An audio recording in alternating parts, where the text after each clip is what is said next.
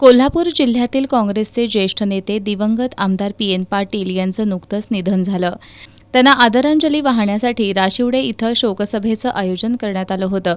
या शोकसभेत बोलताना गोकुळचे माजी संचालक पी.डी. धुंद्रे यांनी आमदार पी.एन. पाटील यांनी आपल्या राजकीय जीवनात निष्ठेचा वस्तुपाठ घालून दिल्याचं सांगितलं.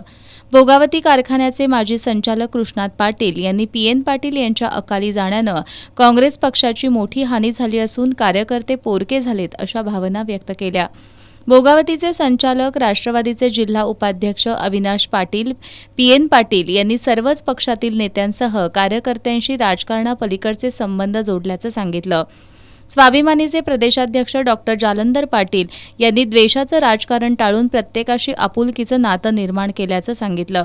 भाजपचे संजय पवार, सरपंच संजीवनी पाटील, उपसरपंच अजिंक्य गोनुगडे, राधानगरी तालुका व्यापारी असोसिएशनचे एकनाथ चौगुले यांनीही आपल्या भावना व्यक्त केल्या.